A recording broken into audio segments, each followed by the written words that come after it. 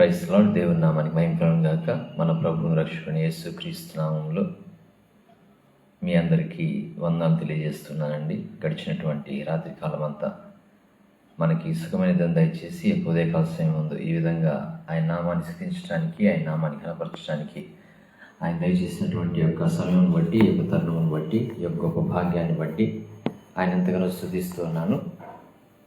ఈ యొక్క సమయం ముందు నిన్న మీకు తెలియజేసిన విధంగా నా యొక్క సాక్ష్యాన్ని ఎపిసోడ్స్ వైజ్ మీతో షేర్ చేసుకుంటానని మీతో చెప్పిన విధంగా ఈ దినం కూడా నా యొక్క సాక్ష్యాన్ని మీతో పంచుకోవడానికి ముందుకు వచ్చి ఉన్నాను. చిన్న ప్రార్థన చేసుకొని ఈ యొక్క కార్యక్రమాన్ని ప్రారంభిస్తాను. దయచేసి అందరూ తల వంచి కళ్ళు మూసుకున్నట్లయితే ఈ యొక్క కార్యక్రమాన్ని ప్రారంభించుకుందాము. Praise the lord. దేవుని నామానికి మహిమ కలుగును గాక. హల్లెలూయా. దయచేసి అందరూ తల వంచి కళ్ళు మూసుకొని మనం చేస్తున్నాను. అబ్రహాము, ఇస్సాకు, యాకోబుల దేవా, మా యొక్క పితరుల దేవా, నీ ఘనమైన అత్యున్నతమైన శ్రేష్టమైన నామమునకు నీ ప్రియకుమారుడు మా ప్రభువును రక్షకుడిని యేసుక్రీస్తు నామంలో కోటాను కోట్ల కృతజ్ఞతాస్తుతులు చెల్లించుకొంచున్నాను ఆయన. ఎందుకంటే ఈ క్షణం వరకు మమ్మల్ని సజీవ లెక్కలో ఉంచారు. ఎంతోమంది ఈ యొక్క దినాన్ని, ఈ యొక్క క్షణాన్ని చూడలేక తీర్చిపోయినారు. మమ్మల్ని అయితే కేవలం నీ యొక్క ఉచితమైనటువంటి కృప చేత సజీవ లెక్కలో ఉంచి ఇదిగో ప్రభువా, ఈ యొక్క ఉదయకాల సమయం ముందు ఈ విధంగా మిమ్మల్ని స్తుతించడానికి, మిమ్మల్ని ప్రార్థించడానికి మీరు మాకు దయచేసినటువంటి ఈ యొక్క తరుణమును బట్టి, ఈ యొక్క గొప్ప భాగ్యమును బట్టి మీ కోటాను కోట్ల కృతజ్ఞతాస్తుతులు చెల్లించుకొంచున్నాను ఆయన. ఇదిగో తండ్రి, భూదిగంతముల వరకు మీరు నాకు సాక్షులై ఉందురని మీరు చెప్పి ఉన్నారు. ఆ విధంగా మీరు చెప్పినటువంటి ఆ యొక్క మాటను బట్టి నీ బిడ్డనటువంటి నేను ప్రభువా సాక్ష్యము ఇస్తూ ఉన్నాను. ప్రభువా, మీరు నాకు దయచేసినటువంటి మొట్టమొదటి పాటలో కూడా మీరు నాతో రాయించారు, నీ కొరకై నే సాక్షిగా జీవించేదను ఇలలో అనేటువంటి మాటను. ఇదిగో నాయన, మీకు నేను ఇచ్చినటువంటి మాట చొప్పున ప్రభువా మీ గురించి నేను భూదిగంతం వరకు సాక్ష్యం ఇస్తూ ఉన్నాను ప్రభువా. ఎందుకంటే ఈ యొక్క ఫేస్బుక్ అన్నది ప్రభువా ఇప్పుడు భూదిగంతములకు వెళ్ళేటువంటి అయా రీచ్ అయ్యేటువంటి మాధ్యమముగా ఉంటూ ఉండగా, అయా భూదిగంతముల వరకు నేను నీ గురించి సాక్ష్యం ఇస్తూ ఉండగా, అయా ఈ యొక్క సాక్ష్యము ద్వారా అనేకులు ప్రభువా నీ వైపుకు ఆకర్షింపబడి నీవే నిజమైన దేవుడు అని, నీ యందు మాత్రమే రక్షణ ఉన్నదని ప్రభువా వారు తెలుసుకొని వారు కూడా ప్రభువా నిన్ను అంగీకరించి నా వలె వారు కూడా ప్రభువా రక్షింపబడినట్లుగా సహాయం చేయమని, ఏ ఒక్క ఆత్మ నశించిపోకుండా అయా నశించిన దాన్ని వెదకి రక్షించుటకు మీరు ఈ లోకమునకు వచ్చారని ప్రభువా ప్రతి ఒక్కరు తెలుసుకొని, అయా నాయన రక్షకుడైనటువంటి నిన్ను ప్రభువా అంగీకరించి అయా వారు నిత్యత్వంలోనికి ప్రవేశించినట్లుగా కృప చూపించమని ఈ కొద్ది విన్నపములు మా కొరకు ప్రాణం పెట్టి తిరిగి రానిటువంటి నీ ప్రియకుమారుడు మా ప్రభువును రక్షకుని యేసుక్రీస్తు నామములో అడిగి పొంది ఉంటున్నాము తండ్రి. ఆమేన్. Praise the Lord. క్రీస్తునందు ప్రియమైన వారలారా, నిన్నటి దినమున నేను నా యొక్క వయసులో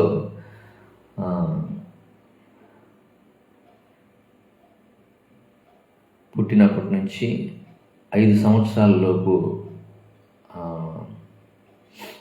సంభవించినటువంటి ప్రాణాపాయ పరిస్థితులను మీతో పంచుకొని ఉన్నాను.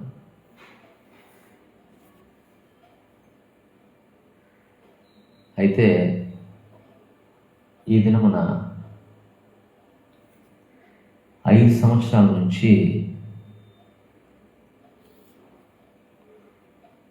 10 సంవత్సరాల లోపు నా యొక్క జీవితంలో ఏ విధమైనటువంటి ప్రాణాపాయ పరిస్థితులను ఎదుర్కొన్నాను, ఎటువంటి ప్రమాదాలు నేను ఎదుర్కొన్నాను అనేటువంటిది మీతో పంచుకొంచున్నాను. దయచేసి గమనించండి. ప్రతి ఒక్కరి జీవితంలో 5 నుంచి 10 సంవత్సరాలు ఎంతో ప్రాముఖ్యమైనటువంటి సమయం అండి.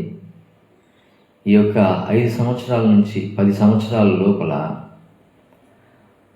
సరి అయినటువంటి మార్గంలో మనం కానీ మన యొక్క పిల్లల్ని నడిపించగలిగితే వారు ఉన్నతమైనటువంటి స్థితికి చేరుకుంటారు.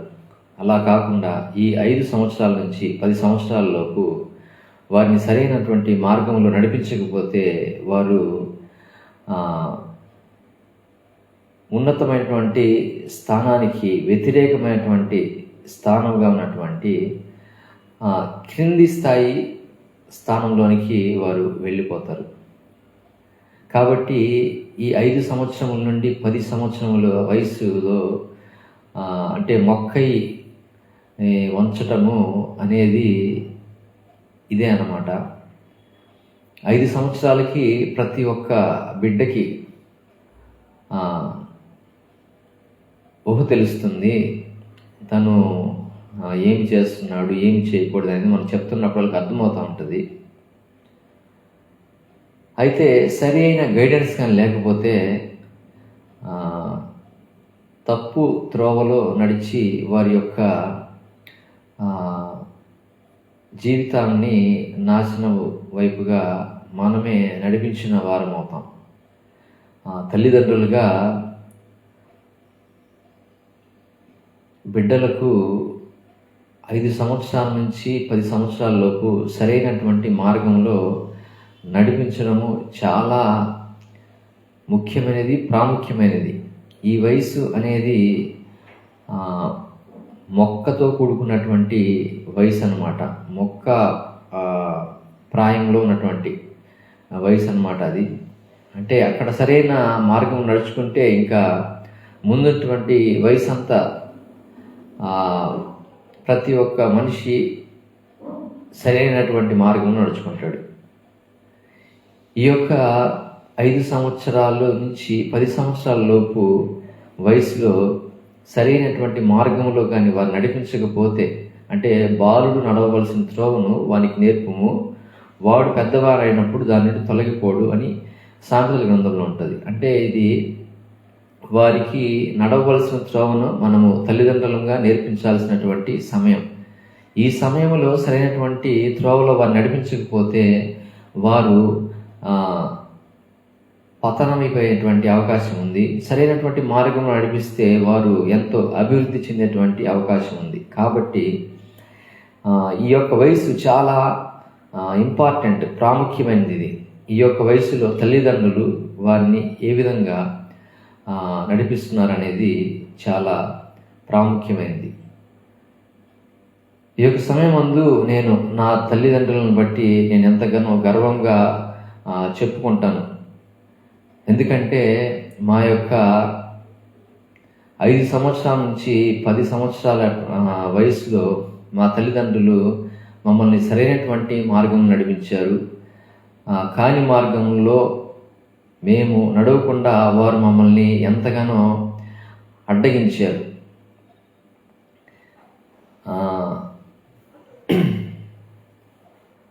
ఈ 5 సంవత్సరాల నుంచి 10 సంవత్సరాల లోపల జరిగినటువంటి విషయాలని నేను మీ ఎదుట పంచుకుంటూ ఉన్నాను. దయచేసి జాగ్రత్తగా గమనించండి. ఈ 5 సంవత్సరాల నుంచి 10 సంవత్సరాలు లో జరిగిన విషయాలు ఏమిటంటే, నేను 5 నుంచి అంటే 1వ తరగతి నుంచి 3వ తరగతి వరకు కావలి క్రిస్టియన్పేట కోఆపరేట్ కాలేజ్ ఉన్నటువంటి ప్రస్తుతం ఇప్పుడు సుధీర్ డయాబెటీస్ హాస్పిటల్ ఉంది. హాస్పిటల్కి ఎదురుగా ఒక ఇల్లు ఉండేది. అది ఇప్పుడు పడవేసి ఆ ప్లేస్లో అపార్ట్మెంట్ కట్టడానికి అది ఖాళీగా ఉంది. ఆ ప్రక్కన ఇంకొక ప్లేస్ ఉంటుంది. ఆ ప్రక్కన అంటే దానికి ఎడమ వైపున ఇప్పుడు పరిసిపోగు వాళ్ళ ఫ్యామిలీ ఉంది. వారి పేరు నాకు తెలియదు, కానీ వారి ఇంటి పేరు మాత్రం పరిసిపోగు వాళ్ళు. అంకుల్ నాకు తెలుసు. ఆ ఇంట్లో మేము ఉండేవాళ్ళమి రెంట్కి. ఆమె పేరు రాహేలమ్మ. వాళ్ళ ఇంట్లో రెంట్కి మా కుటుంబం ఉండేది. మా నాన్న ఆర్టీసీలో అకౌంటెంట్గా పనిచేసేటప్పుడు ఆ యొక్క గృహంలో మేము ఉండేవాళ్ళమి. అది పెంకుల ఇల్లు. ఆ పెంకుల ఇల్లులో మేము ఉండేవాళ్ళమి. అక్కడి నుంచి మాకు మేము చదువుకున్నటువంటి స్కూలు వాకబుల్ డిస్టెన్స్. అది ఎక్కడ ఉంటుందంటే ఇప్పుడు మన కృష్ణపేటలో కోపేట దాటిన తర్వాత ఇప్పుడు ప్రజెంట్ అక్కడ చేపలు అవి అమ్ముతుంటారు. దాన్ని పట్టపాలెం అని కూడా అంటుంటారు. అక్కడ ఉన్నటువంటి స్కూల్లో మేము చదువుకుంది. ఆ స్కూల్లో మేము చదువుకునేటప్పుడు మాకు సరైనటువంటి టీచర్స్ ఉండేవారు. చాలా స్ట్రిక్ట్ అనమాట. చాలా స్ట్రిక్ట్గా ఉండేవాళ్ళు టీచర్స్. అందువల్ల మేము చిన్నప్పుడే మంచి ఉపాధ్యాయుల్ని కలిగి ఉన్నాము. అలాగే ఇంట్లో మంచి త్రోవలు నడిపించేటువంటి తల్లిదండ్రులను కలిగి ఉన్నాము. మా తల్లిదండ్రులు మమ్మల్ని ఆ స్కూల్లో చేర్పించినప్పుడు మాకు టీచర్గా ఉన్నటువంటి వారి పేరు నాగరత్నం టీచరు, దువ్వూరి నాగరత్నం టీచర్ మాకు టీచరు. ఆమె చాలా స్ట్రిక్ట్గా ఉండేది. పిల్లలు ఎవరైనా తప్పు చేస్తే భలే మందలించేది అనమాట, బాగా కొట్టేది. అంటే అది సరైనటువంటి వయసు కాబట్టి ఆవిడ చాలా స్ట్రిక్ట్గా వ్యవహరించేవాళ్ళు.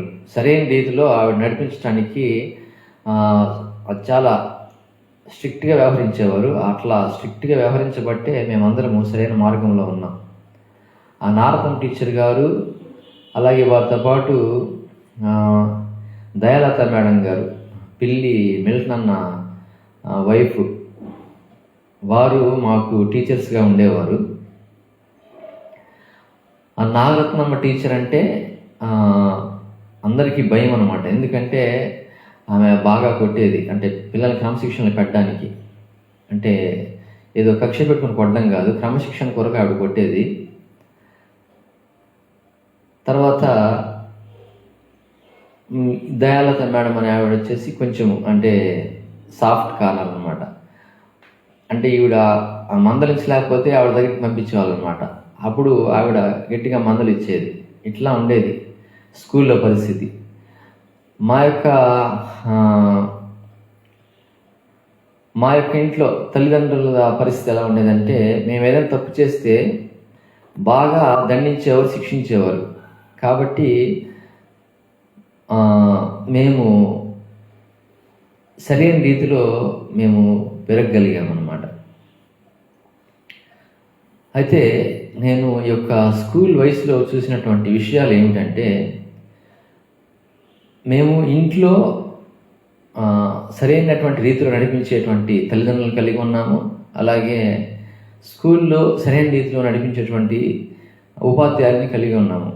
అయితే మధ్యలో మనకి మన జీవితాల మీద అధికారం లేకుండా ఉండేటువంటి అపవాది ఏ విధంగా అయితే ప్రవేశించి మన యొక్క జీవితాన్ని నాశనం చేయాలని అనుకుంటాడు, అదేవిధంగా అపవాది ఆత్మచేత ప్రేరేపించబడేటువంటి వ్యక్తులని నేను చిన్న వయసు నుంచే చూడడం జరిగింది. ఉదాహరణకి చెప్పాలంటే, అక్కడ ఉన్నటువంటి ఆ స్కూలు అంటే పట్టపాలెంలో ఉంటుంది ఆ స్కూలు. కాబట్టి ఆ పట్టపాలెపు పిల్లలు కొంతమంది ఉండేవారు. అంటే వాళ్ళు ఇప్పుడు బాగానే ఉన్నారులేండి, అంటే వాళ్ళ గురించి చెడ్డ చెప్పడం కాదు, కానీ ఆ టైంలో వాళ్ళు ఎలా ప్రవర్తించే వాళ్ళంటే, ఒక అన్నదమ్ములు ముగ్గురు ఉండేవాళ్ళు. వాళ్ళ పేరు అంటే సుబ్రహ్మణ్యము, తర్వాత నాగేశ్వరరావు, రాములు అనేటువంటి ముగ్గురు అన్నదమ్ములు ఉండేవాళ్ళు. వాళ్ళలో ఈ పెద్ద అతను సుబ్రహ్మణ్యం అనే అతను, మేమంతా అంటే మేము కోఆపరేటివ్ కాలేజ్ అనే వాళ్ళమి. మా యొక్క పెద్ద మామ అయినటువంటి నతానేలు గారి పిల్లలు, ప్రథమ సంతానము సంధ్య, అలాగే వారి యొక్క ఏకైక కుమారుడు సునీలు మా బావ, అలాగే వారి యొక్క ద్వితీయ కుమార్తె స్వాతి, తర్వాత ఇటు కోఆపరేటివ్ కాలేజ్ నుంచి మా అన్న, నేను, మేము అంతా ఒక అంటే క్రిస్టియన్ పార్టీకి సంబంధించినటువంటి బ్యాచ్ లాగా ఆ స్కూల్లో ఉండేవాళ్ళమి. వాళ్ళు ఏం చేసేవాళ్ళంటే, వాళ్ళు ఆ యొక్క పట్టపాలకు సంబంధించినటువంటి బ్యాచ్ లాగా ఉండి అనవసరంగా అంటే క్రిస్టియన్ పేట పిల్లలు కొంచెము సాఫ్ట్ కార్నర్లు ఉంటారు, కొంచెం అంటే క్లాస్గా ఉంటారు అన్నమాట. ఈ క్రిస్టియన్ పేటలోనే సెకండ్ లైన్ ఉన్నటువంటి నెండ్లూరి ఆనందరావు గారి కుమారుడు, ఆ పెద్ద కుమారుడు విజయ్ కుమారు, రెండో కుమారుడు జానీ, మేమంతా ఒక బ్యాచ్ లాగా ఉండేది.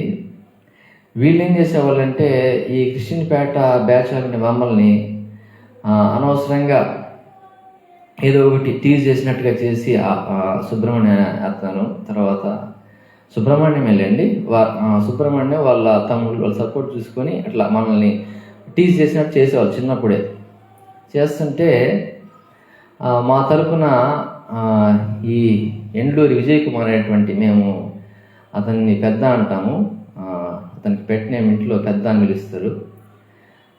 ఆ పెద్ద అంటే మాకందరికీ ఒక ఆ టైంలో ఎలాగంటే మాకు ఒక దేవుడు ఏర్పరిచిన వ్యక్తిలాగా అనమాట. వీళ్ళు మమ్మల్ని అనవసరంగా గెలిగితే ఈ పెద్ద అనేటువంటి విజయ్ కుమారు వాళ్ళని మామూలుగా కొట్టేవాడు కాదు, అసలు పొల్లిచ్చి అనమాట. ముగ్గురు అన్నదమ్ములు కొట్టేసేవాడు ఒక్కడే. అంటే మాకు చిన్నప్పటి నుంచి నాకు తెలిసిన విషయం ఏంటంటే, దేవుని బిడ్డల జోలికి ఎవరైనా వస్తే దేవుడు ఒక మనిషిని ఏర్పాటు చేసి వాళ్ళ చేత పొల్లిచ్చి కొడతానని నాకు చిన్న వయసు నుంచి నేను దాన్ని గ్రహించాను అనమాట. ఈ విజయ్ కుమార్ అనేటువంటి ఇతను, వాళ్ళు ఎవరైనా వచ్చి మమ్మల్ని అనవసరంగా టీస్ చేస్తే బాగా అసలుకి మామూలుగా కాదు, భలే కొట్టేసేవాడు అంతే.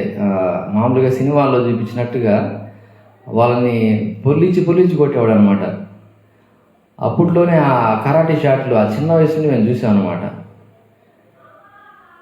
అట్లా దేవునికి సంబంధించినటువంటి వ్యక్తిగా అతను మా పక్షంగా నిలబడి, అంటే అపవాది ఆత్మచేత నడిపించబడేటువంటి వారిని ఏ విధంగా కొడతాడనేది, అంటే ఆ సంసోను ఆ ఫిలిస్తీన్ని గాడి దవడ ఎముక తీసుకొని ఏ విధంగా అయితే 1000 మంది తరిమి కొట్టాడో, చంపేశాడో, అట్లాగా మా పక్షంగా ఈ ఎండూరి విజయ్ కుమార్ అనే వ్యక్తి పెద్ద వారిని పొల్లించి కొట్టేవాడు అనమాట. మా జోలికి వస్తే మేము ధైర్యంగా ఉండేది. అప్పుడు మనోడు విజయ్ ఏం చెప్పాడంటే, అరే నేను ఉన్నప్పుడు ఓకేరా, మీరు వాళ్ళ జోలికి వచ్చినప్పుడు వాళ్ళు మీ జోలికి రాకుండా అంటే మీరు ప్రొటెక్షన్ ఏదైనా పెట్టుకోండాలా అని చెప్పి మనం ఆయుధాలు తయారు చేసుకుందాం అని చెప్పి ఆ వయసులో అనమాట.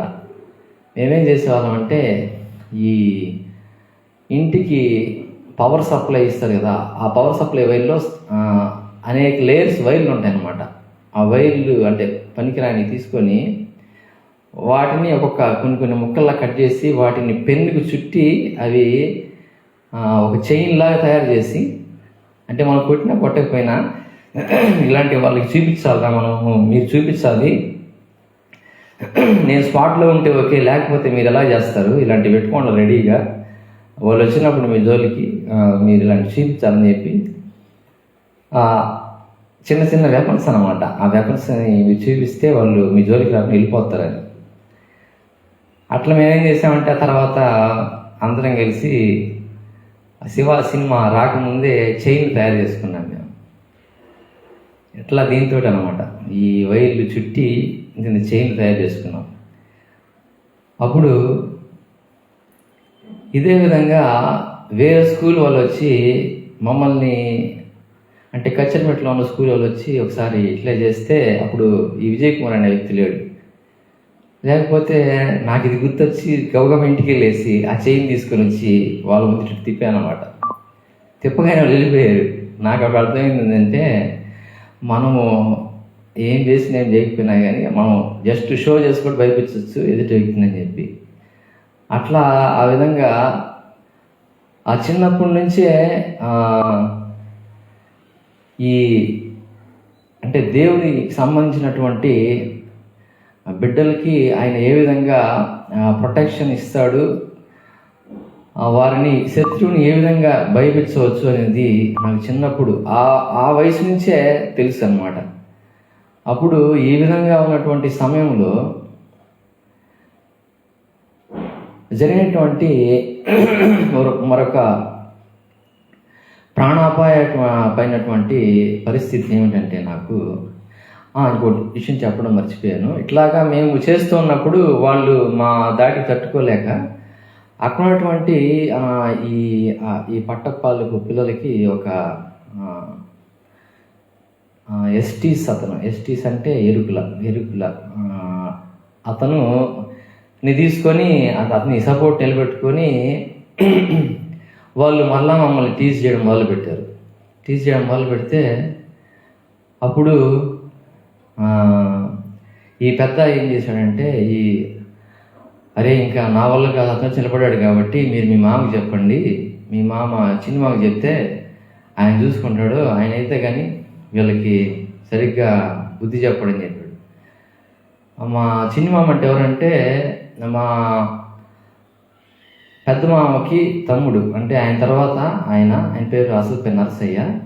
ఈ చిన్న మామకి ఇట్లా మా పెద్ద మామ కూతురు సంధ్య అనే అమ్మాయి ఉంది కదా, ఆ అమ్మాయిని కూడా టీజ్ చేసినట్టు చేస్తుంటే మామ ఇట్లా సంధ్యాన్ని వాళ్ళు టీజ్ చేస్తున్నారు అని చెప్పగానే భయంకరంగా కోపం వచ్చేసింది. ఎవరు వాళ్ళు ఏందని చెప్పి ఆయన గబగబా షర్ట్ వేసుకుని వచ్చేసాడు అక్కడికి. వస్తే అతను స్పాట్లోనే ఉన్నాడండి. అతను అసలు మామూలుగా అటు పక్క ఎస్టీస్ అంటే కొంచెం భయం అన్నమాట. ఎందుకంటే వాళ్ళు కొంచెం క్రూరంగా ఉంటారు అని చెప్పి ఒక రకమైనటువంటి భయం అక్కడ ఉంది. ఇంకా ఆయన షర్ట్ వేసుకొని వచ్చి అతన్ని మామూలు కొట్టలేదండి, పొల్లించి కొట్టాడు. అప్పుడు కొడితే అక్కడ ఆ ప్లేస్ అతను కొట్టే విధానం చూసి అన్న చిట్టి అంటారు అన్నని, జగన్నాటి చిట్టి అన్న, అసలు పేరు నాకు తెలియదు. అన్న వచ్చి అట్టని తీసానా, నా చిన్న నేను చెప్తానన్నా, నువ్వు వదిలేసాను నేను చెప్తానన్నా ఉండనా, వదిలేసాను అని చెప్పి అన్న లాక్కి వెళ్ళిపోయాడు ఆయన్ని. అంటే ఎటువంటి వ్యక్తులు వచ్చినా కానీ, అంటే అపవాది తరపున ఎటువంటి వ్యక్తులు వచ్చినా దేవుడు తన బిడ్డల్ని ఏదో ఒక విధంగా సేవ్ చేస్తాడు అనేటువంటిది విషయం నాకు అప్పటి నుంచి నేను తెలుసుకున్నాను అన్నమాట. తీరా చూస్తే ఈయన ధైర్యంగా కొట్టాడు. ఏంటంటే ఈ మా చిన్న అయినా మంచి సర్కిల్ ఉండేదన్నమాట ఆయనకి. అక్కడ ఉన్నటువంటి పాలెం వాళ్ళతోటి మంచి రిలేషన్ ఉండేది. ఆయన పిలిస్తే 100 మంది అప్పట్లో ఈజీగా వచ్చేసేవాళ్ళు. అటువంటి సర్కిల్ని ఆయన కలిగి ఉన్నాడు కాబట్టి అతను ధైర్యంగా కొట్టాడు అని చెప్పి మా అమ్మ వాళ్ళు చెప్పారనమాట. అదేం పర్వాలేదు, ఆయన చూసుకుంటానికి మంచి అంటే సర్కిల్ ఉందిలే, అదే ఆ ఎరుకుల వాళ్ళే ఆయన ఫ్రెండ్స్ ఉన్నారులే, మీరేం భయపడబాకండి, అతను ధైర్యం కొట్టాడంటే అతనికి సంబంధించిన వాళ్ళు లేకపోతే ధైర్యం కొట్టలే కానీ అని చెప్పి మమ్మల్ని ఇది చేశారు. అట్లా ఆ విధంగా ఆ టైంలో అదొక ఇన్సిడెంట్ జరిగింది. సరే, ఈ విధంగా ఇట్లా ఉన్నప్పుడు మాకు తెలిసింది ఏంటంటే, దేవుడు తన బిడ్డల్ని ఎవరో ఒకరి ద్వారా ప్రొటెక్ట్ చేస్తాడని నాకు తెలిసింది. ఆ తర్వాత ఏమైందంటే, మేము ఆడుకుంటా 1వ తరగతి నుంచి 3వ తరగతి వరకు ఆ యొక్క సుధీర్ డయాబెటీస్ ఆపోజిట్లో ఉన్నటువంటి, ఇప్పుడు ప్రజెంట్ ఆ పరిస్పోక్ ఫ్యామిలీ ఉన్నటువంటి ఇంట్లో మేము ఉండేవాళ్ళని. 4th, 5th ఇక్కడ క్రిస్టియన్ పేట 4వ లైన్లో ఇప్పుడు నరేంద్ర అనేటువంటి డాక్టర్ అనుకుంటాను, అక్కడ చిన్నపిల్లల హాస్పిటల్ ఇది పెట్టున్నారు. దాని ఓనరు ప్రసాద్ గారు, ఆ బిల్డింగ్ ఓనరు ప్రసాద్ కాంప్లెక్స్ అని రాసి ఉంటుంది. ఆ ప్లేస్లో మేము ఉండేవాళ్ళం. అది వచ్చేసి దానయ్య అనేటువంటి అతను దేవరకొండ దానయ్య అనేటువంటి ఎస్టీస్ అతను గృహంలోనే మేము రెంట్కి ఉండేవాళ్ళం. అప్పుడు అందరం మేము మామూలుగా అప్పుడు ఎట్లా అంటే ఆరు బయట వీధుల్లోనే మంచాలు వేసుకొని అక్కడ నెట్లు పెట్టుకొని, అంటే ఈ దోమతెరలు పెట్టుకొని నిద్రపోయేవాళ్ళం. అప్పుడు అంటే ఆ వయసు నుంచి మాకు తెలిసిన విషయం ఏంటంటే ఈ కొట్లాట్లు ఇవన్నీ ఆ వయసు నుంచే నేను చూస్తూ వచ్చాను. అర్ధరాత్రుల్లో అరుపులు వస్తున్నాయి అన్నమాట. అరుపులు వస్తుంటే చూస్తే అక్కడ ఎవరో వీధిలో కొట్టుకుంటూ ఉండేవాళ్ళు. అంటే ఇట్లాంటి కొట్లాట్లు ఇవన్నీ ఆ చిన్న వయసు నుంచే నేను చూస్తూ వచ్చాను. నేనైతే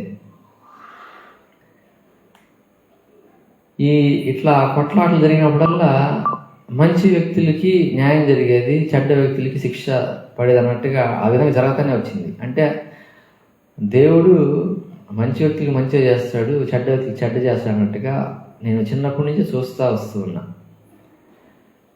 ఇలా ఉన్న క్రమంలో ఆ థర్డ్ లైన్, ఫోర్త్ లైన్లో మేము చేరినప్పుడు నేను ఫోర్త్ ఫిఫ్త్ అక్కడ చదువుకున్నాము. ఆ టైంలో అక్కడ ఉన్నటువంటి వాళ్ళంతా, అంటే అప్పట్లో మా ఇంట్లో టీవీ ఉండేది. అప్పట్లో కొంతమంది ఇళ్ళలో టీవీ ఉండేది కాదు, వాళ్ళందరూ వచ్చి మా ఇంట్లో కూర్చొని టీవీ చూస్తూ ఉండేవాళ్ళు. అంటే మా ఇంట్లో ఎట్లా ఉండేదంటే వాతావరణం ఒక సంతలాగా, ఒక సందడి గల ప్రదేశంలాగా ఉండేది అప్పట్లో. ఇప్పుడు ప్రజెంట్ ఫ్లూట్ ప్లే చేస్తున్నటువంటి శివన్న వాళ్ళ ఫ్యామిలీ మాకు ఇంటి వెనకే ఉండేవాళ్ళు. అప్పుడు వాళ్ళకి ఆ కట్టెలది సంబంధించినటువంటి వ్యాపారం వాళ్ళు చేసేవాళ్ళు కాబట్టి ఆ కట్టెలు కొట్టు ఉండేది వాళ్ళకి. వాళ్ళ ఇంట్లో వాళ్ళందరూ, అంటే ఇప్పుడు శివన్న వాళ్ళ చెల్లెలు భాగ్యక్క, అలాగే శేఖర్ అన్న మా అన్న క్లాస్మేట్ కాబట్టి వీళ్ళంతా ఫ్యామిలీ అంతా అక్కడికి వచ్చేవాళ్ళు. వాళ్ళతో పాటు ఆ వీధిలో ఉండేవాళ్ళు కొంతమంది పిల్లలంతా వచ్చి టీవీ కోసం కూర్చొని చూస్తూ ఉండేవాళ్ళం. చిత్రలహరి అనే ఒక కార్యక్రమం వచ్చేది శుక్రవారం సాయంత్రం. ఆ టీవీ కార్యక్రమంలో కొత్తగా రిలీజ్ అయిన సినిమా పాటలు వేసేవాళ్ళు. అప్పుడు అవి చూడడానికి అందరూ వచ్చి కూర్చునేవాళ్ళు అనమాట. అంటే ఆ రోజులు చెప్తున్నా, ఆ రోజుల్లో పరిస్థితులు ఎలా ఉన్నాయంటే అలా ఉండేవి. అప్పుడు కమ్యూనికేషన్ అట్లా ఎంత బాగుండేదంటే అందరితో రిలేషన్ బాగుండేది, అందరూ వచ్చి కూర్చొని చూస్తూ ఉండేవాళ్ళు. అట్లా వాళ్ళు చూస్తూ ఉంటే ఇంకా కృష్ణపేట థర్డ్ లైన్లో ఉండేటువంటి వారితోటి మాకు సహవాసం ఏర్పడి, ఆ థర్డ్ లైన్లో ఉండేటువంటి వీళ్ళు నా క్లాస్మేట్స్ అయినటువంటి రాజా, దూర్, ప్రవీణ్ వీళ్ళంతా మా క్లాస్మేట్స్.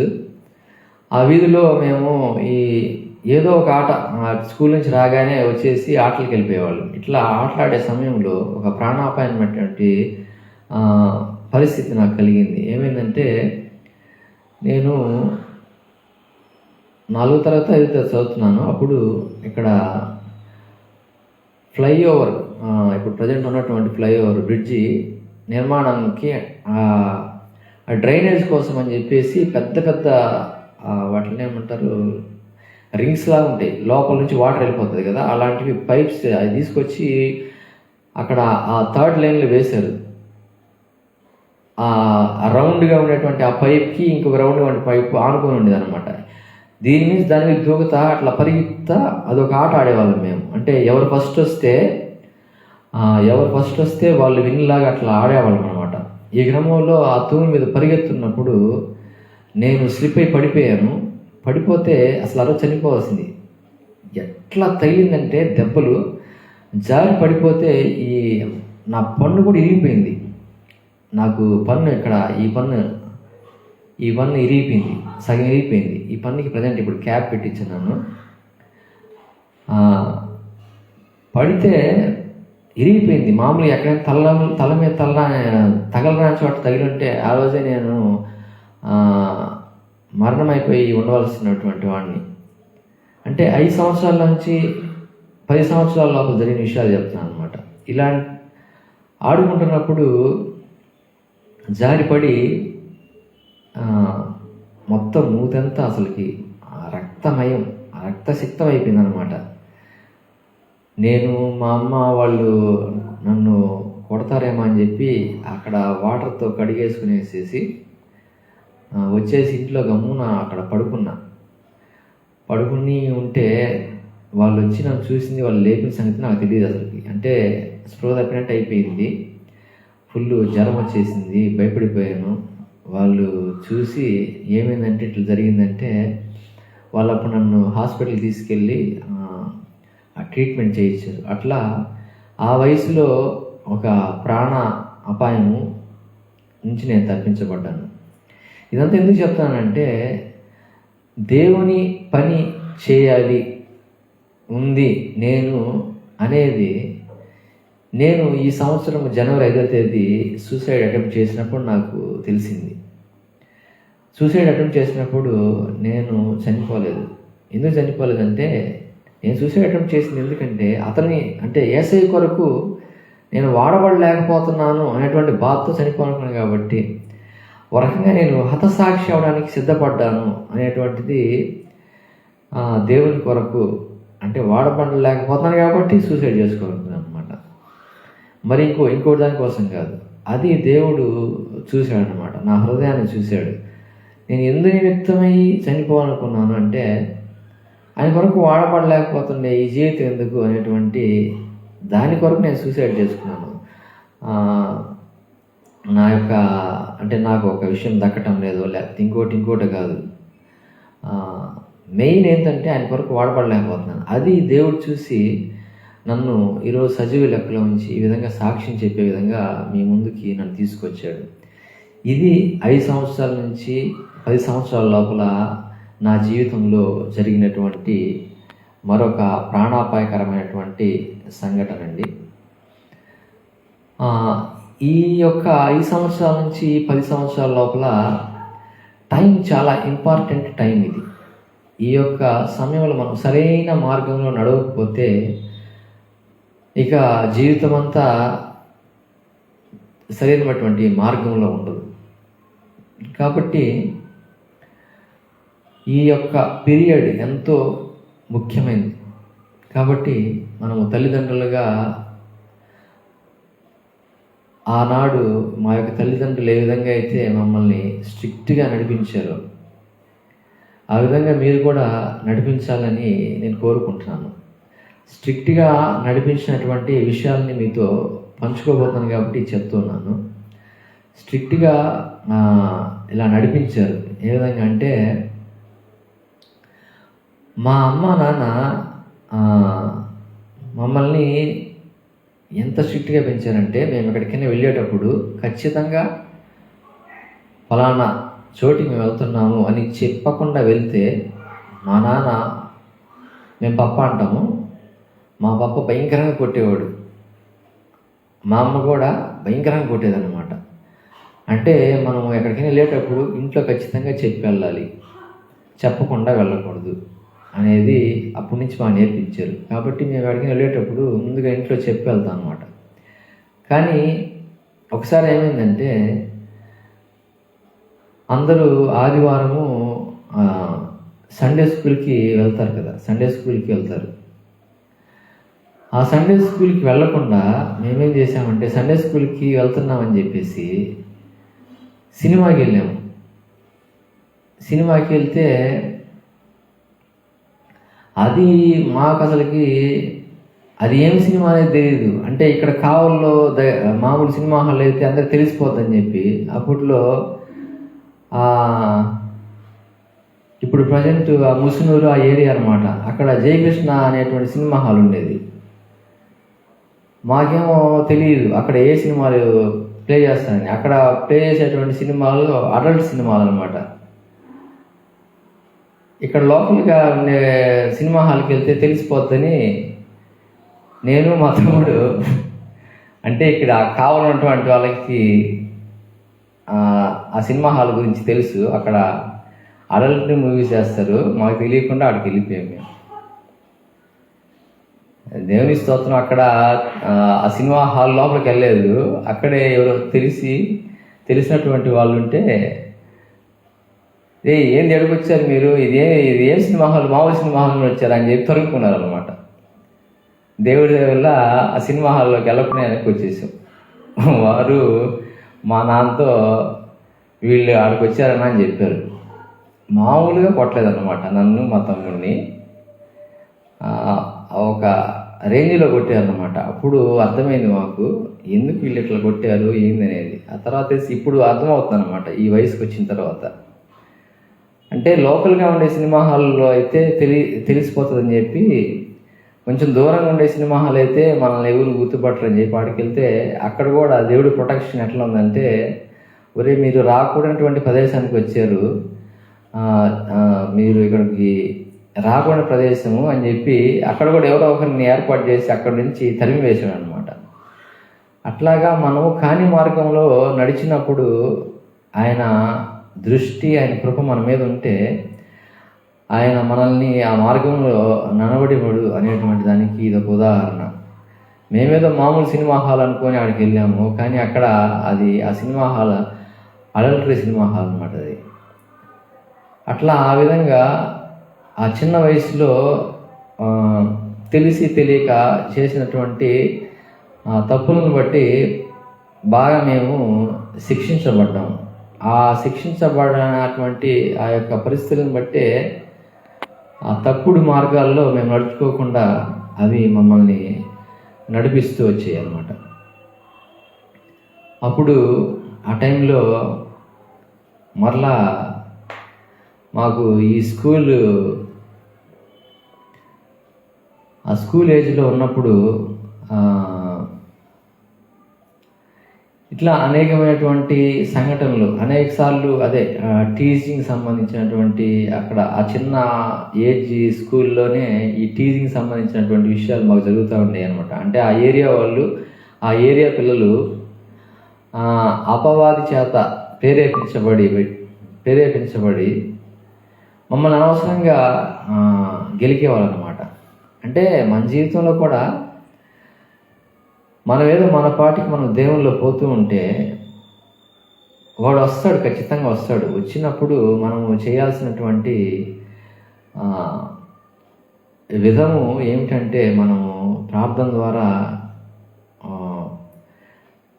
ధైర్యాన్ని తెచ్చుకోవాలి. ఫస్ట్ మనం ప్రార్థన చేయడం వల్ల ఏమవుతుందంటే, మనము ధైర్యం చేత నింపబడతాం. నన్ను అడిగితే అసలు మనిషికి ధైర్యం అనేది చాలా ఇంపార్టెంట్ అండి. మనిషి ఎంత హైట్, వెయిట్ ఉన్నాడు అనేది మనము బాహ్యంగా మనకి కనిపించేటువంటి దాన్ని దృష్టి పెడతాము. అయితే దేవుడు అంటాడు కదా, ఇప్పుడు మనుష్యులు పైరూపం లక్ష్య పెడతారు, నేను హృదయాన్ని చూస్తానని. హృదయం ఎలా ఉన్నది దేవుడు చూస్తాడు. ఇప్పుడు దావీదు చిన్నవాడైనప్పటికీ తనకు హృదయాన్ని చూశాడు, బాగా ధైర్యంతో ఉన్నాడు. అంటే గొల్యాతుని పడగొట్టగలిగినంత ధైర్యం అతనిలో ఉంది. అదే దేవుడు చూశాడు అనమాట. మనం కూడా ఈ ధైర్యము ఎలా పొందుకుంటామంటే, మనము మంచి సినిమాలు చూసే ధైర్యం ఇచ్చే సినిమాలు చూస్తే ఈ ధైర్యం రాదు. లేకపోతే మంచి ఫుడ్ ఐటమ్స్ తీసుకుంటే, లేకపోతే జిమ్ చేస్తే, లేకపోతే ఇంకోటి చేస్తే ధైర్యం రాదు. ధైర్యం ఎట్లా వస్తుందంటే, దేవునితో గడిపితే వస్తుంది. ధైర్యము ఎలా వస్తుందంటే, ప్రార్థనలో గడిపితే వస్తుంది, బైబిల్ చదివితే వస్తుంది. మనకి బైబిల్లో సంఘటనలు కొన్ని గుర్తు చేసుకుంటే మామూలుగా మైండ్ బ్లాక్ అయిపోతుంది అన్నమాట. అటువంటి సంఘటనలు బైబిల్లో ఉన్నాయి. మనకి బైబిల్లో ఉన్నటువంటి మొదటి నాయకుడు మోషే గారు చూసినట్లయితే, అతనిది మామూలుగా ఆ గుండె చెరువు అనిపిస్తుంది మనకి. ఎందుకంటే కొన్ని లక్షల మంది జనాంగాన్ని వెనకేసుకొని ఆయన ఆ యొక్క ఐగుప్తు దేశాన్ని విడిచిపెట్టి బయటికి వెళ్తూ ఉన్నప్పుడు మీరు వెళ్ళండి అని చెప్పినటువంటి ఆ యొక్క ఫరో మళ్ళా తన యొక్క డెసిషన్ మార్చుకొని వారిని మళ్ళా వెనక్కి పిలిపించండి అని తన అనుచరులతో చెప్పినప్పుడు వారు వీరిని తరుముచున్నప్పుడు ముందు ఎర్ర సముద్రము, వెనక ఫరో సైన్యం ఉన్నప్పుడు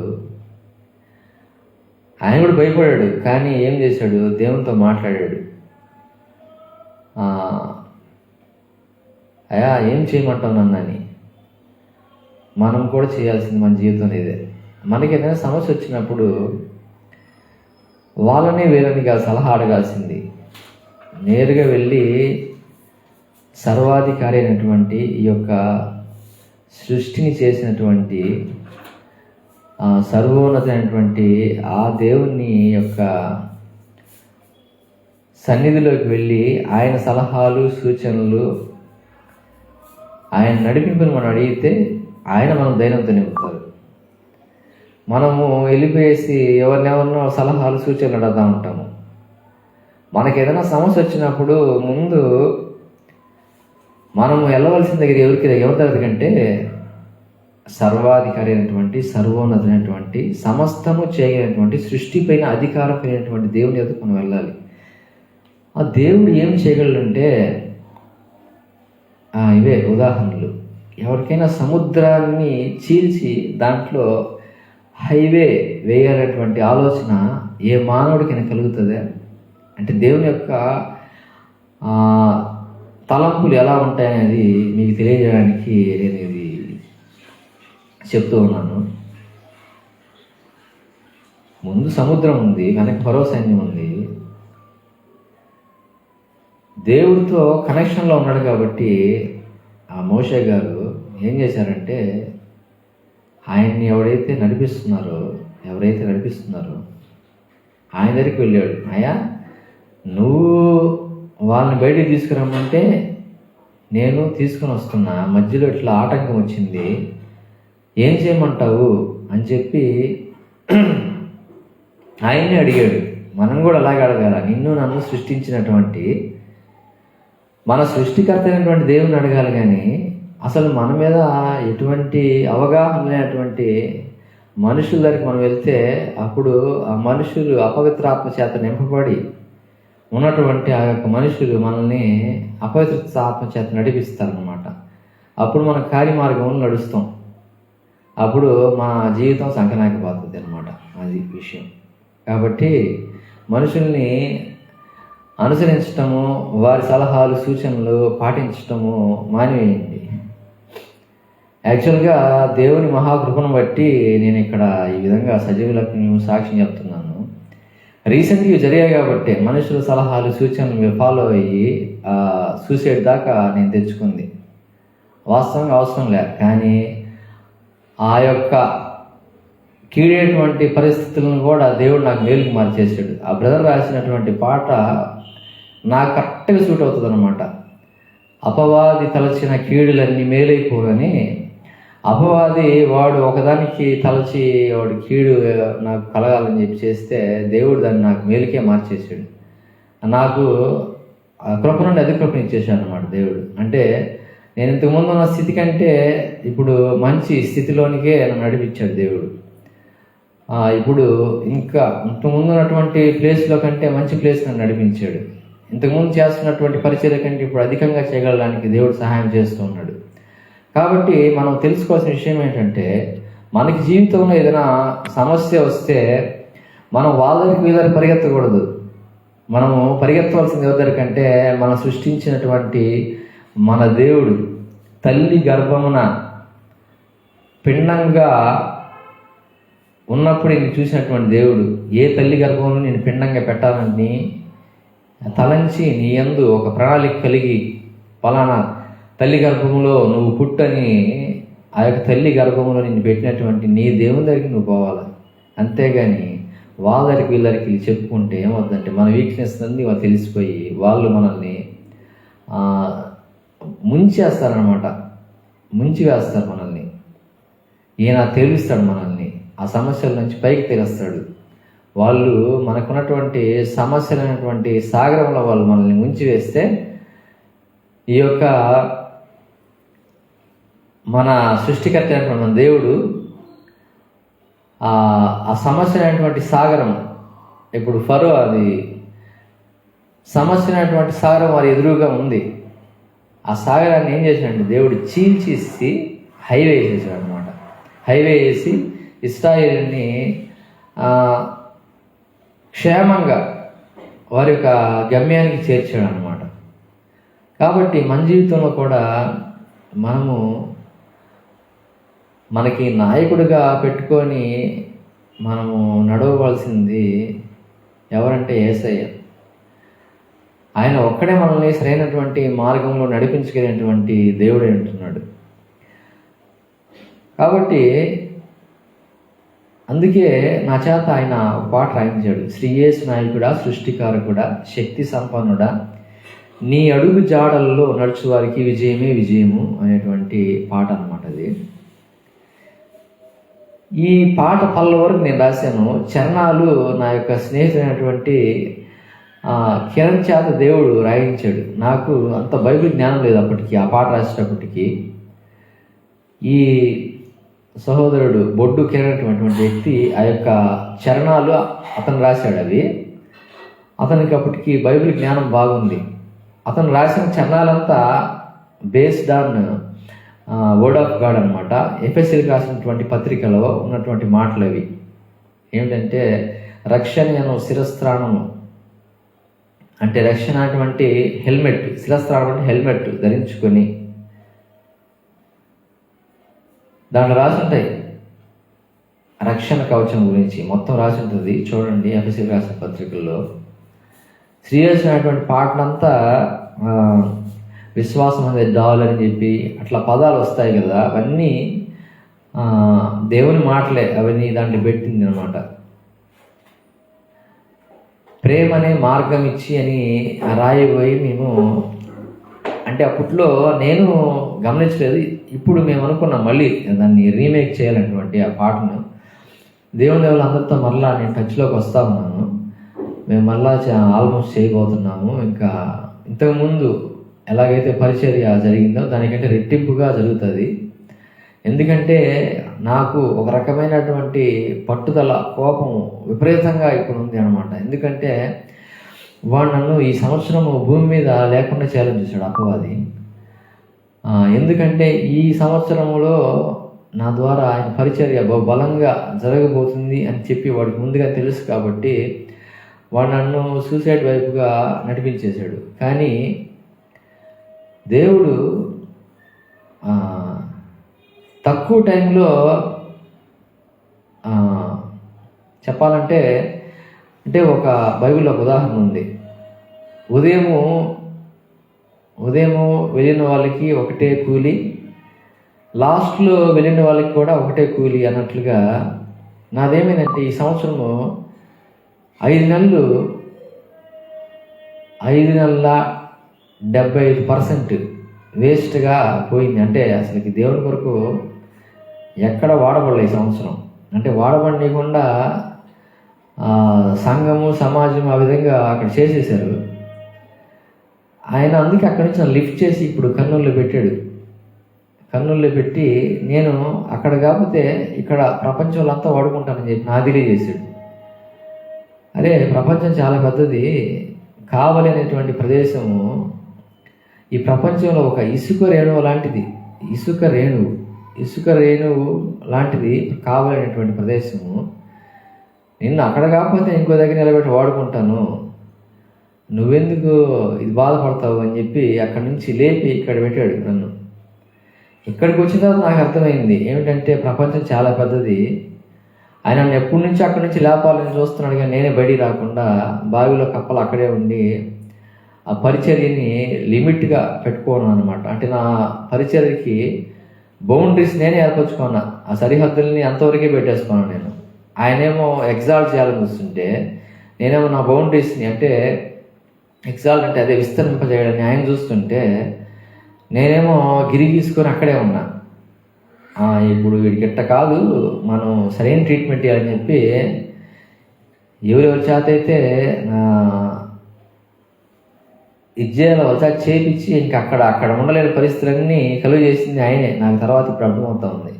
అక్కడి నుంచి నన్ను తీసుకొచ్చి బయటేసి ఆయన ప్రపంచం అంతా వాడుకోనటువంటి ప్రణాళిక ఆయన నా పట్ల కలిగి ఉన్నాడు. ఎందుకంటే నన్ను దేవుడు అనేకమైనటువంటి ప్లేసెస్లో నేను చిన్నప్పటి నుంచి ఉన్నానండి. నాకు చిన్నప్పుడు ఈ వయసులోనే చిన్నప్పటి నుంచే ఇట్లాంటి పరిస్థితిని చూశాను అనమాట. మీకు చెప్పాను కదా, ఒక దేవుని జనాంగము, అపవాది జనాంగము ఎట్లా ఉంటారనేది ఆ చిన్న వయసు నుంచి నేను చూశాను. అప్పుడు దేవుడు తన బిడ్డల ద్వారా ఏ విధంగా దేవుడి పిల్లల్ని కాపాడుతాడు అనేటువంటిది మీకు చెప్పాను కదా. ఆ విధంగా ఆయన కాపాడుతూనే వస్తూ ఉన్నాడు అనమాట. అయితే నేను ఏ విధంగా అయితే కాపాడబడుతున్నానో అదేవిధంగా రక్షణ లేనటువంటి వారు కూడా కాపాడబడాలి కదా. దానికోసం మనల్ని దేవుడు భూమి మీద పుట్టించేది. మనల్ని దేవుడు ఇది టైంపాస్ కోసం ఈ భూమి మీదకి పంపించాల. తల్లి గర్భం నుంచి మనల్ని ఎందుకు పంపించాడంటే, నశించిపోతున్న జనులు అనేక మంది ఉన్నారు. వాళ్ళకి వెళ్ళి ఆయన గురించినటువంటి సువార్తను ప్రకటించి ఆయన మార్గంలో వారిని నడిపించి వారి ఆత్మను రక్షించడానికి మనల్ని భూమి మీదకి పంపిస్తే మనం ఏం చేస్తున్నామంటే మన యొక్క సొంత అవసరాలు తీర్చుకుంటూ మన యొక్క పనులు చేసుకుంటూ ఆయన పని చేయకుండా ఆ విధంగా మనం జీవిస్తూ ఉన్నాం అనమాట. అంటే నిన్ను దేని కొరకు ఆయన సిద్ధం చేశాడు, అది నువ్వు చేయకపోతే ఆయనకి ఎంత బాధ ఉంటుందో ఆయన నాకు తెలియజేశాడు. ఇప్పుడు నాకు అర్థమైంది ఆయన ఎందుకు ఇటువంటి పరిస్థితులన్నీ అనుమతించాడంటే, ఆయన నన్ను ఏ ఉద్దేశం అయితే ఈ భూమి మీదకి పంపించాడు ఆ ఉద్దేశాన్ని నేను సరైన రీతిలో నెరవేర్చకుండా నా యొక్క నా చిత్త ప్రకారం నడుచుకుంటా ఎంతకాలం వచ్చాను. నేను 2004 సంవత్సరంలో రక్షింపబడ్డా. అంటే 2004 సంవత్సరము రక్షింపబడితే 2024కి 20 సంవత్సరాలు అయిపోయింది. మామూలుగా ఈ 20 సంవత్సరాల్లో ఒక పీక్ పొజిషన్లోకి నేను వెళ్ళిపోయి ఉండాల్సింది. కానీ నేను కొన్ని పరిస్థితులు గుండా వెళ్ళవలసి వచ్చింది. ఆ వెళ్ళడం కూడా ఒక ట్రైనింగ్ అనమాట. నన్ను ట్రైన్ చేశాడు దేవుడు. యాక్చువల్గా మామూలుగా ఈ పాస్టర్ కోర్సులు ఇవన్నీ మామూలుగా మహా అంటే ఒక 5 సంవత్సరాలు 10 సంవత్సరాల లోపల పూర్తి అయిపోతాయి కదా. కానీ దేవుడు తన సేవకునిగా నేను మారడానికి 45 years నన్ను ట్రైన్ చేశాడు. అంటే నేను సేవకుడిని, దేవునికి సేవకుడిని.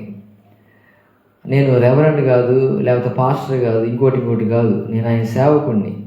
సేవకుడు ఏ విధంగా ఉండాలో ఆ విధంగా నన్ను ట్రైన్ చేశాడు దేవుడు. ఈరోజు అనేక మంది నేను చూస్తూ ఉన్నా, పాస్టర్లు కానీ లేకపోతే వాళ్ళు కేవలం చెప్తారు కానీ ఏది చేయరు. అంటే ప్రాక్టికల్ ఉండదు వాళ్ళకి, బోధించే వారికి మాత్రమే ఉంటారన్నమాట. నేను చాలామందిని చూసా, వాళ్ళు ప్రేమ కలిగి ఉండండి పులిపెట్లకి వాక్యాలు చెప్తారు. వాళ్ళు ప్రేమ కలిగి ఉండరు అసలుకి. మనం ఎవరో మామూలుగా వాక్యం బోధించి పులిపెట్టి దిగిన తర్వాత పాస్టర్ అనేటువంటి వ్యక్తి, సంఘకాపరి అనేటువంటి వ్యక్తి అందరినీ పలకరించుకొని ఆయన కలుపుగోలుగా ఉండాల్సినటువంటి ఈ సంఘ కాపులు ఎలా ఉన్నారంటే లార్డ్ లబక్కుల్లాగా ఉన్నారన్నమాట. ఇప్పుడు వాళ్ళు ఏదో ఆకాశం నుంచి ఊడిపడినట్టుగా బిల్డప్లు. అసలు వీళ్ళని అందరినీ ఎందుకు కొడుతున్నారంటే బయట వాళ్ళు వీళ్ళ చేష్టాలను బట్టే. వీళ్ళు మామూలుగా వీళ్ళ బిల్డప్లు వీళ్ళ వ్యవహారాలు చూస్తే ఇప్పుడు అందరూ బయట వాళ్ళు ఎందుకు కొడుతున్నారంటే వీళ్ళు ప్రవర్తించే విధానం అది. దేవుడు మనల్ని సేవ చేయమని చెప్తే మనం సేవ చేయించుకునే వాళ్ళలాగా ఉంటున్నాం కానీ సేవ చేసే వాళ్ళ ఎక్కడ ఉంటున్నాము. అందువల్లనే ఈ రోజుల్లో క్రైస్తవం భ్రష్టు పడుతుందన్నమాట. సేవకుల్లాగా ఉండాల్సినటువంటి మనము సేవ చేయించుకునే వాళ్ళలాగా ప్రవర్తిస్తున్నాం కాబట్టి అందరి చేత తన్నించుకున్నానికి దేవుడు అనుమతించాడు అనమాట. గమ్ముగా ఆయన మిమ్మల్ని కొడుతుంటే వాళ్ళు నవ్వుకుంటూ ఉంటాడు అనమాట. ఇప్పుడు అటువంటి పరిస్థితులు ఆయన కూర్చొని కామెడీ షో చూస్తున్నట్టు మిమ్మల్ని కొడుతుంటే నవ్వుకుంటూ ఉండేటువంటి రోజులు ఇవి. ఎందుకంటే మీరు ఆ విధంగా ప్రవర్తిస్తాను కాబట్టి. వాళ్ళు కొంతమంది నిజంగా దెబ్బలు తింటూ ఉండొచ్చు, కానీ అదన ప్రసంగితనం పనులు చేసి ఇప్పుడు మీరు తన్నించుకుంటున్నారు అనమాట. అంటే నేను కూడా వాస్తవంగా అదగ ప్రసంగి పనులు చేసే ఇప్పుడు ఈ విధంగా ఈ పొజిషన్లోకి వచ్చింది. అది తెలుసుకున్నాను. నేను తెలుసుకొని అరే ఇది కాదు దేవుడు మనకి నేర్పించిన విధానము, ప్రాక్టికల్ లైఫ్ మనం ఉండాలి. అంటే ప్రాక్టికల్ అంటే చెప్పింది చేయాలి. ఇప్పుడు అందరూ ఈ బైబిల్ ట్రైనింగ్ కాలేజ్ చేసి డిగ్రీలు తీసేసుకుంటున్నారు. సబ్జెక్టు నేర్చుకొని ఏం ప్రయోజనము, దాన్ని అప్లై చేయకుండా ఇప్పుడు నేను కీబోర్డ్ ఇలా వాయించాలని చెప్పేసి బాగా చదివేశా, లేదా గిటార్ ఇలా వాయించాలని చెప్పేసి థియరీ బాగా చదివా, దాన్ని వాయిస్తే కదా, దాన్ని వాయించాలి కదా. అదే కదా ఇప్పుడు మనకి పాస్ట్ ట్రైనింగ్స్ ఏం నేర్పిస్తారు, మీరు ఇలా చేయాలి, అలా చేయాలా, ఈ విధంగా ఉండాలి, ఈ విధంగా ఉండాలని అక్కడ నేర్పిస్తారు. అవి ఎవరు చేయడం లేదు. సబ్జెక్ట్ నేర్చుకొని వస్తున్నారు, బోధలు బాగా చేస్తున్నారు, ఎవరు ఫాలో అవుతున్నారు? మీరు చేస్తున్నారా బోధించేటువంటి మీరు? అది నాకు దేవుడు తెలియజేశాడు అనమాట. బోధించేటువంటి మీరు కరెక్ట్గా ఉంటే ఆటోమేటిక్ ఎదుటోడికి మార్పు వస్తుంది. మీరు బోధించేది ఒకటి, ప్రవర్తించే విధానం ఇంకోటి ఉంది కాబట్టి ఎవరు మారటం లేదు. ఇది నాకు తెలియజేశాడు. అరే బాబు ఇది పరిస్థితి, అందరూ అది పాస్ట్ ట్రైనింగ్లు అవి ఇవి చేసేస్తున్నారు. నాకు వీళ్ళని చూస్తే అసలుకి అసహ్యం వేస్తుంది. వీళ్ళు బోధిస్తున్నారు కానీ వీళ్ళు చేయడం లేదు. నాకు సరైనటువంటి సేవకులు కావాలి. నేను కావాలనుకుంటుంది ఏది, నేను సేవకులు, రెవరెండ్లు, పాస్టర్లు ఇది కాదు. నాకు కావాల్సింది సేవకులు, నా సేవ చేసేటువంటి వారు. సేవ అదే పాట కూడా మధుర సేవ అనేటువంటి సేవను రాశాడు, కానీ మధుర రెవరెండ్ మధుర పాస్టర్ అని రాయలే అనమాట. మనం చేయాల్సింది అంటే సేవ చేయాలి. సేవ చేయడానికి దేవుడు మిమ్మల్ని నన్ను ఇచ్చేస్తే మనం చేస్తున్న పనులు ఏంటంటే అదన ప్రసంగ పనులు చేస్తున్నాం, మనం చేయాల్సిన పనులు చేయకుండా. కాబట్టి నాకు దేవుడు తెలియజేసినటువంటి ఈ యొక్క విషయాలు ఇవి. ఈ యొక్క 5 సంవత్సరాల నుంచి 10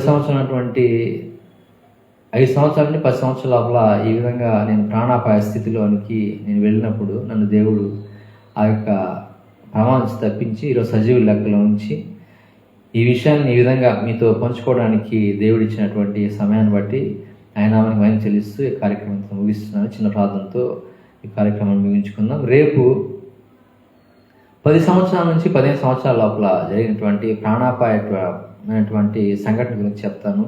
అప్పుడు కూడా దేవుడు నన్ను ఏ విధంగా ప్రొటెక్ట్ చేశాడనేటువంటి విషయాలు నేను మీద పంచుకుని ఆశపడుతున్నాను. ఇప్పటివరకు లైవ్లో ఈ కార్యక్రమాన్ని వీక్షించినటువంటి మీ అందరికీ వందనాలు తెలియజేస్తున్నాను. దయచేసి అందరూ తలలోంచి కళ్ళు మూసుకున్నట్లయితే ప్రార్థన చేసుకుందాం. ప్రేమ కలిగిన తండ్రి, ధైర్య రక్షక, నీ ప్రియ కుమారుడు మా ప్రభు రక్షకుని యేసుక్రీస్తు నామములో మీ కోటాను కోట్ల కృతజ్ఞతాస్తుతులు చెల్లించుకుంటున్నాను నాయన.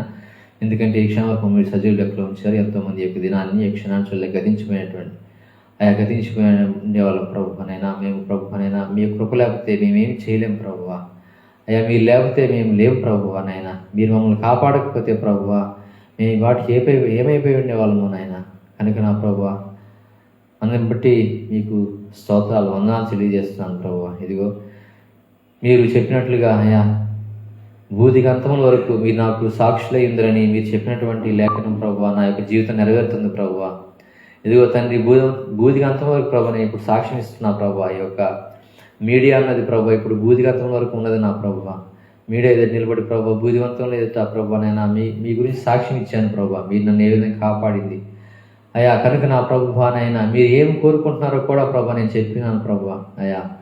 అవును తండ్రి, నా ద్వారా మీరు పలికించారు సేవకులుగా నీ యొక్క బిడ్డలు ఉండకుండా నా ప్రభువానైనా సేవకులుగా ఉండకుండా ప్రభువానైనా సేవ చేయించుకునే వారిగా ఉంటూ ఉన్నారని ప్రభా. మీరు కలత చెందుతున్నారని, బాధ చెందుతున్నారని ప్రభా మీరు తెలియజేసిన విధానాన్ని బట్టి మీకు స్తోత్రాలు చెల్లించుకుంటున్నాం ప్రభా. ఇక నుండైనా ప్రభా మేము సేవకులుగా మరి నేను నడుచుకోవడానికి, సేవ చేయించుకునే వాళ్ళుగా మేము ఉండడానికి సహాయం చేయమని ఈ కొద్దిగా యేసుక్రీస్తును వేడుకుంటున్నాం తండ్రి. ఆమేన్. Praise Lord. దేవుని నామమున మహిమ కలుగును గాక. ఆమేన్.